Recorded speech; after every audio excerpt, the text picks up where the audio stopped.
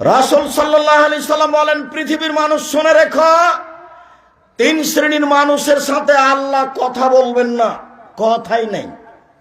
তিন শ্রেণীর মানুষের দিকে আল্লাহ সুনজরে দেখবেন না, বিচার মাঠে এভাবে থাকবে, ওর সাথে কোনো কথাই নেই। তিন শ্রেণীর মানুষকে আল্লাহ পবিত্র করবেন না, ওর সাথে কোনো কথাই নেই।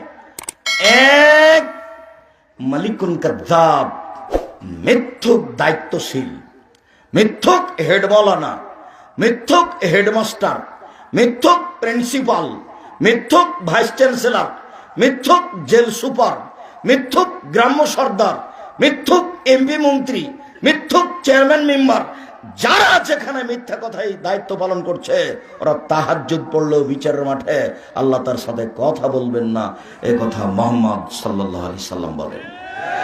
হাদিস বুখারী মুসলিম, ফিরে আসার কোনো সুযোগ নেই। দুই, শাইখুন জানিন, বেশি বয়সে জেনা করে যে, তার সাথে আল্লাহ কথা বলবেন না, হজ করলেও নয়, তাহাজ্জুদ পড়লেও নয়। তিন, আয়রন মুস্তাকবের, গরিব গৌরবী, গরিব মানুষ অহংকার করে যে। আব্দুর রাজ্জাক সাহেব গরিব মানুষ কিভাবে অহংকার করে? ওই যে মোড়ে রিক্সা নিয়ে বসে থাকে, সিটের উপরে বসে থাকে, যখন আপনি বলেন একটু তাড়াতাড়ি চলো তো, তখন বলে এখন যাব না। তুমি এই জন্য তো এসেছো, কেন বললে যাব না? ধান পেকে গেছে, বৃষ্টিতে ভিজে যাচ্ছে, নষ্ট হচ্ছে, বললাম চলো 200 টাকা 100 টাকা বেশি দেবো, ধানগুলো কেটে দাও। তখন বলছে 2 দিন কাজ করব না। তো কাজ করেই তো খাই। বাজারে গিয়ে রুই মাছ কিনে, পুঁটির মাছ কিনে না, ওকে তো পুঁটির মাছ কিনতে হবে।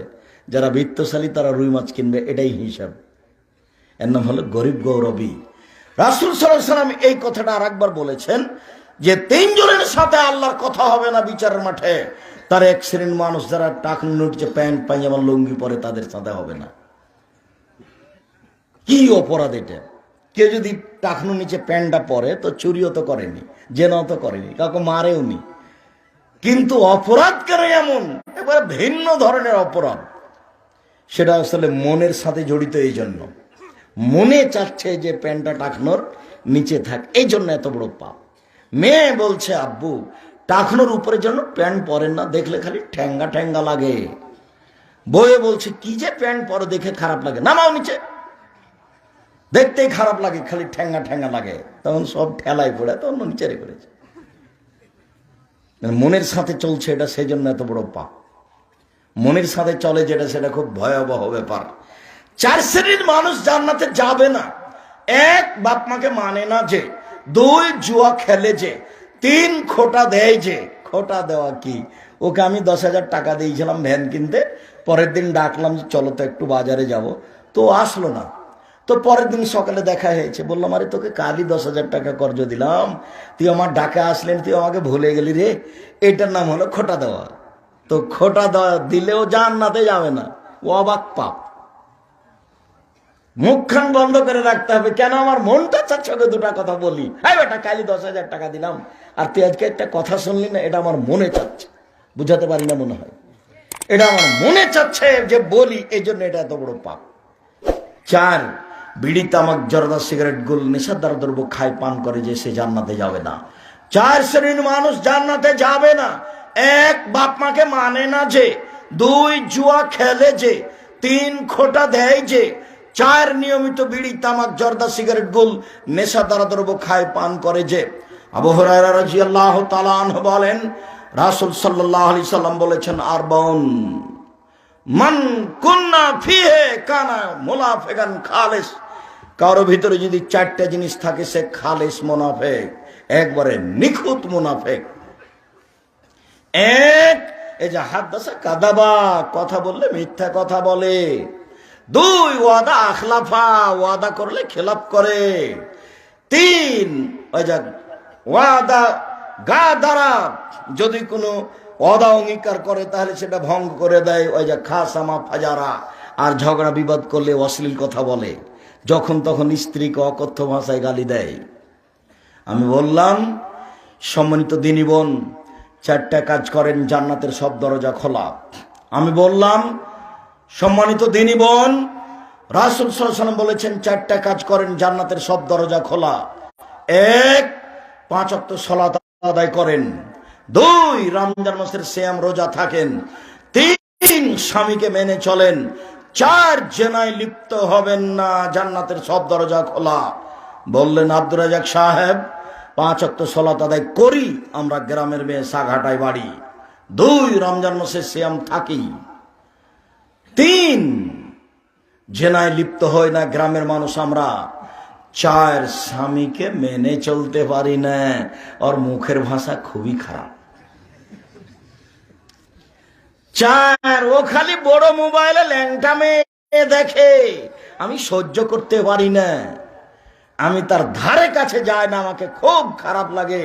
ওর মোবাইলে সব সময় ল্যাংটা মেয়ে নাচে, ও এইসব দেখে চক্ষু ঠান্ডা করে, ও কলিজা ঠান্ডা করে, ও জান সাহাত করে, ভাবে জান্নাত কিনতে চাই, জান্নাত পড়ে আছে, জান্নাত টাপ ব্যাপার। আল্লাহ চ্যালেঞ্জ করে বলেছেন লাম ইয়াতমাসহুন্না ইনসুন কাবলা ওয়ালা জান, জান্নাতের মেয়েদেরকে জিন কোনোদিন স্পর্শ করেনি, জান্নাতের মেয়েদেরকে মানুষ কোনোদিন স্পর্শ করেনি। জান্নাতের মেয়েদেরকে যখন দেখবে মানুষ, তখন মনে হবে এরা ঝিনুকের মধ্যে লুকানো মুক্তা, এদের পাওয়া তো সহজ নয়। আল্লাহ তাআলা বলেন হাদিসে কুদসি, আদাতু লিবাদিয়াস সালিহিনা, আমি আমার ভালো পুরুষ নারী দাস দাসীর জন্য এত উন্নত মানের থাকা খাওয়ার ব্যবস্থা করেছি, এত দামি মহিলার ব্যবস্থা করেছি, মারা তাইনুন চোখ কোনোদিন দেখেনি।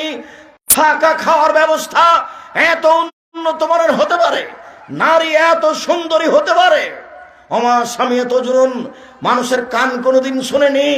থাকা খাওয়ার ব্যবস্থা এত উন্নত মানের হতে পারে, নারী এত সুন্দরী হতে পারে, আমার খাতার বেকাল বেবাসার মানুষের অন্তর কোনোদিন ভাবেনি থাকা খাওয়ার জায়গায় এত উন্নত মানের হতে পারে। আল্লাহ বলছেন পৃথিবীর মানুষ শুনে রেখো, জান্নাত এত দামি জায়গা ভালো পুরুষ নারীর জন্য আমি রেডি করে রেখেছি, যা চোখ কোনোদিন দেখেনি, যা কান কোনোদিন শুনেনি, যা অন্তর কোনোদিন ভাবেনি, এত উন্নত মানের জায়গা হতে পারে, তার নাম জান্নাত। জান্নাতের মেয়ে অত সহজে ভোগ করা যায় না। হজবাতের নারবি শাহওয়াত, জাহান্নামকে ঘেরা আছে মনের ইচ্ছা দিয়ে, জান্নাত ঘেরা আছে ত্যাগ তিতিক্ষা নিয়ম নীতি দিয়ে। নিয়ম নীতি ছাড়া, ত্যাগ তিতিক্ষা ছাড়া জান্নাত পাওয়া যায় না। মন মতো চললেই জাহান্নাম পাওয়া যায়। দোকানে বসে আড্ডা পিটে যারা, মন মতো চলে তারা, যেখানে সেখানে মানুষের বদনাম করে যারা, মন মতো চলে তারা, মানুষের বিরোধিতা করে যারা, মন মতো চলে তারা, মন মতো চলে যারা, জাহান্নামে যাবে তারা। সুদ ঘুষ খায় যারা, মন মতো চলে তারা, মন মতো চলে যারা, জাহান্নামে যাবে তারা। দাঙ্গাবাজি করে, ক্ষমতা দেখিয়ে, দলীয় দাপটে মানুষকে জেল হাজতে দেয় যারা, মন মতো চলে তারা, মন মতো চলে যারা, জাহান্নামে যাবে তারা। মানুষের পিছনে লেগে থাকে যারা, মন মতো চলে তারা, মন মতো চলে যারা, জাহান্নামে যাবে তারা। দাড়ি চাঁচে যারা, মন মতো চলে তারা, টাকনো নিচে প্যান্ট পরে যারা, মন মতো চলে তারা। দিন রাত মোবাইলে ল্যাংটা মেয়ে দেখে যারা, মন মতো চলে তারা, মন মতো চলে যারা, জাহান্নামে যাবে তারা। নগ্ন পোশাকে চলে যে সব মহিলা, ছোট ব্লাউজ গায়ে দিয়ে রাস্তাঘাটে চলে যারা, মাথায় কাপড় দেয় না যারা, মন মতো চলে তারা, মন মতো চলে যারা, জাহান্নামে যাবে তারা। মুহাম্মদ সাল্লাল্লাহু আলাইহি সাল্লাম বলেন, পৃথিবীর মানুষ শুনে রাখুন, তিনি বলেন হজবাতির নারবি শাহওয়াত, মনের ইচ্ছা দ্বারা জাহান্নাম ঘেরা আছে। হজবাতিল জান্নাতুল লিমা করে, নিয়ম নীতি কষ্ট ক্লেশ ত্যাগ তিতিক্ষা অনেক কিছু দিয়ে জান্নাত ঘেরা আছে। জান্নাত পাওয়া টাফ ব্যাপার। সম্মানিত দিনী ভাই বোন, মিথ্যা কথা বলা মুনাফিকের খসলাত, ওয়াদা করলে খেলাপ করা মুনাফিকের শিষ্টাচার, আর ঝগড়া করলে অশ্লীল কথা বলে মুনাফিক। সম্মানিত দিনী বোন, আপনাকে আবারও বলছি, আপনি 4টা কাজ করলে জান্নাতের সব দরজা খোলা আপনার জন্য। 1, 5 ওয়াক্ত সালাত। 2, রমজান মাসে সিয়াম। 3, স্বামীকে মেনে চলা। 4, জেনায় লিপ্ত না হওয়া। আব্দুর রাজাক সাহেব উপরের 3টাই করি, 4 নম্বরটা করতে পারি না। মেয়েকে বলি তোর বাপকে খাবার দিয়ে, বৌমাকে বলি তোমার শ্বশুরকে খাবার দিয়ে আসো, আমি নিজে যাই না, আমি ওকে সহ্যই করতে পারি না, এত রাত দিন গালি দেয়। বেদায়ে পড়ে নিরুপায় হয়ে যদি 1 গিলাস পানি নিয়ে যায়, তো সামনে এভাবে ঠ্যাক করে দূরে চলে যায়। রেখে দিয়ে চলে যায়, আমাকে ভালো লাগে না। সম্মানিত দিনী বোন, আমি আপনার সাথে একমত,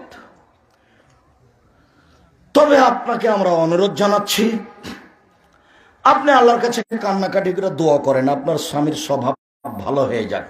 এটা খারাপ স্বভাব, তবে আপনি এইভাবে কথা বন্ধ করে সপ্তাহ সপ্তাহ কাটাবেন, এটা হবে না। তিতা লাগুক আর মিঠা লাগুক, আপনাকে স্বামীকে মেনেই চলতে হবে, এটা জরুরি। খারাপ লাগলেও, গালি দিলেও আপনাকে মেনেই চলতে হবে। একজন মহিলা রাসূলের কাছে এসেছে, যখন কাজ শেষ হয়ে গেছে চলে যাচ্ছে, তখন আল্লাহ রাসূল বলছেন, থামো থামো থামো থামো, এই তোমার স্বামী আছে? জি আমার স্বামী আছে। আচ্ছা তোমার স্বামীর কাছে তুমি কেমন? আমি তার সাথে ভালো হওয়ার চেষ্টা করি। ভালো হওয়ার চেষ্টা মানে? ভালো হওয়ার চেষ্টা আবার কি? হুয়া জান্নাত থেকে না রোকে, সে তো তোমার জাহান্নাম, সে তো তোমার জান্নাত, সে তো তোমার জাহান্নাম, সে তো তোমার জান্নাত। স্বামী তোমার জাহান্নাম, স্বামী তোমার জান্নাত। অতএব উপস্থিত বৈঠকের মুসলিম বোন, আমি আপনার দিনী ভাই, আপনাকে আমি অনেক ভালোবাসি, আপনার পরকাল কামনা করি।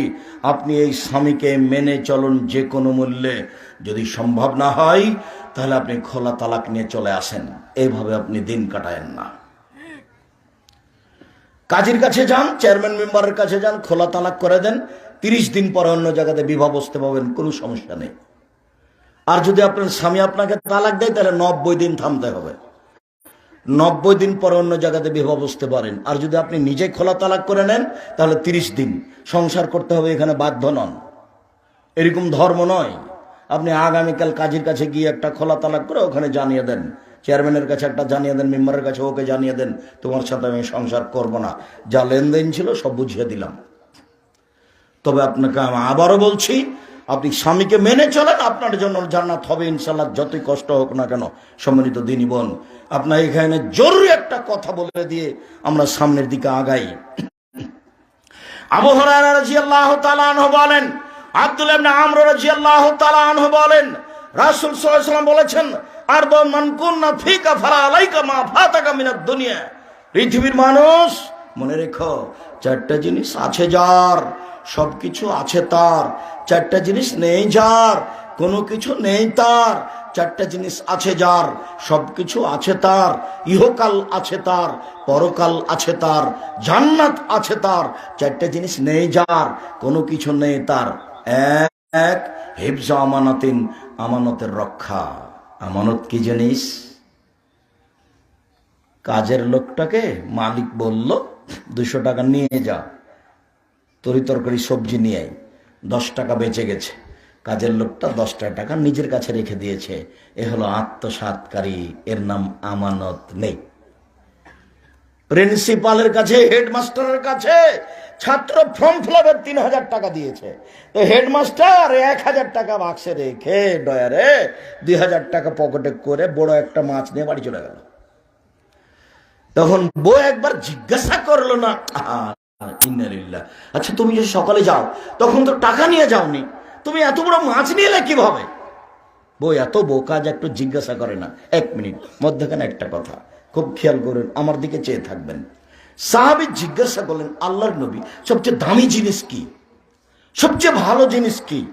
সবচেয়ে দামি জিনিস কি বলেন তো দেখি আল্লাহর নবী, সবচেয়ে দামি সম্পদ কি?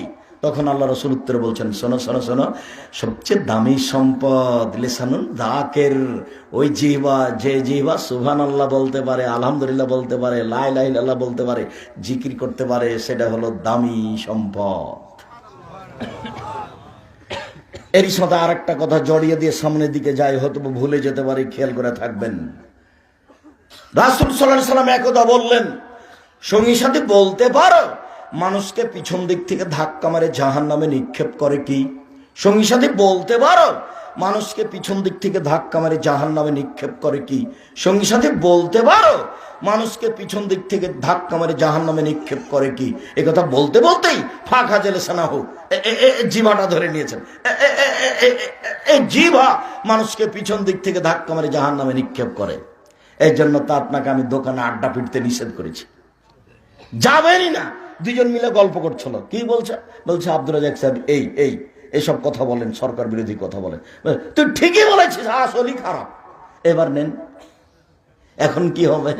আপনি এখন জান্নাত জান তো দেখি। তুই ঠিকই বলেছিস, আসলেই ঠিক।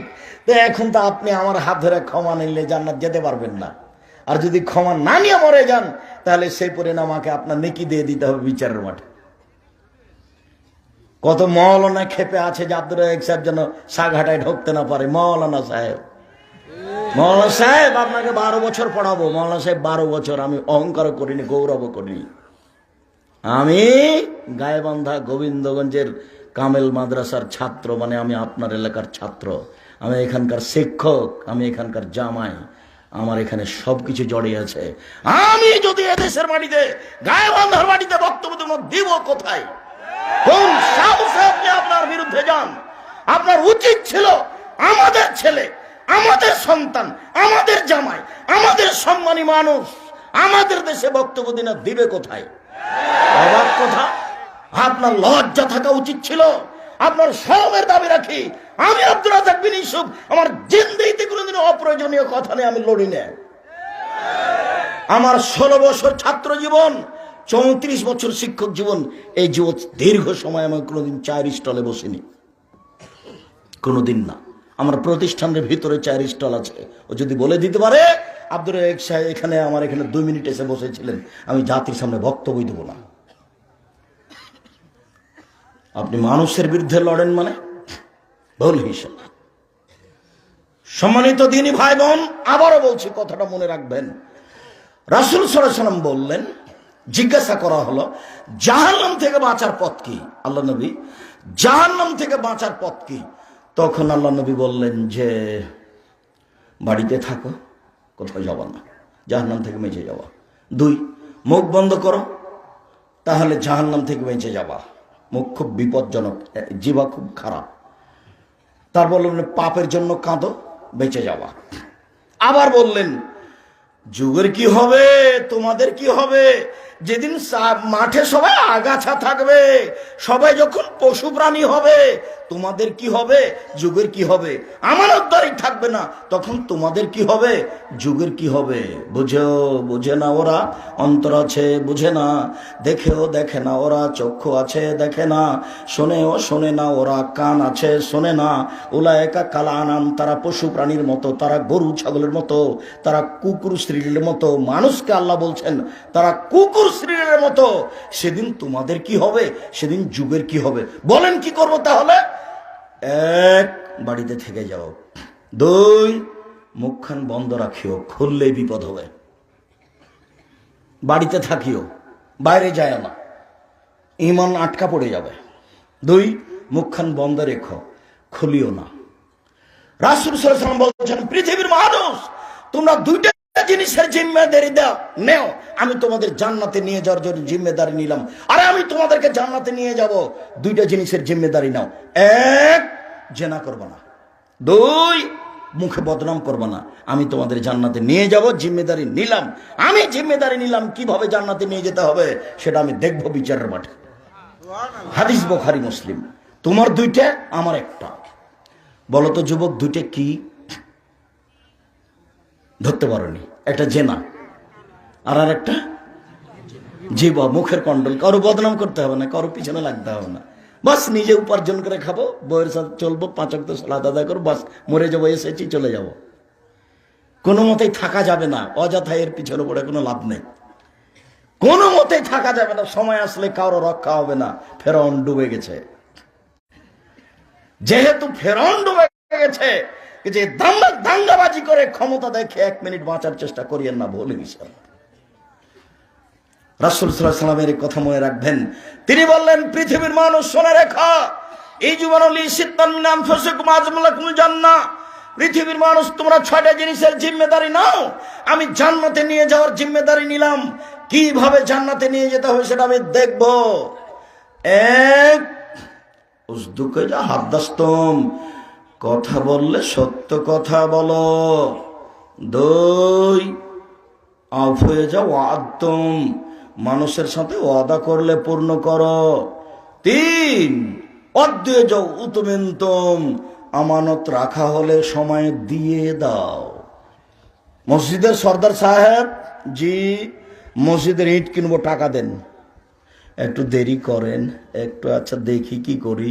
আরে টাকাটা দেন না, দুদিন থামো তো। মানে উলট পালট হয়ে গেছে। অথচ মসজিদের সর্দার সাহেবের যে টাকা জমা দেওয়া হয়েছে সেটাই টাকা থাকা দরকার ছিল। 3, আমানতদারি আছে যার, আমি তার জিম্মেদারি নিলাম, আমি জান্নাতে নিয়ে যাব। 4, গুজব সারাক্ষণ, রাস্তায় চললে চক্ষু নিচে করে চলিও। 5, কুফু আইদিয়াকুম, হাতকে সংবরণ করে রাখো। 6, অহফাজু ফরুজাকুম, জেনায় লিপ্ত হয়েও না।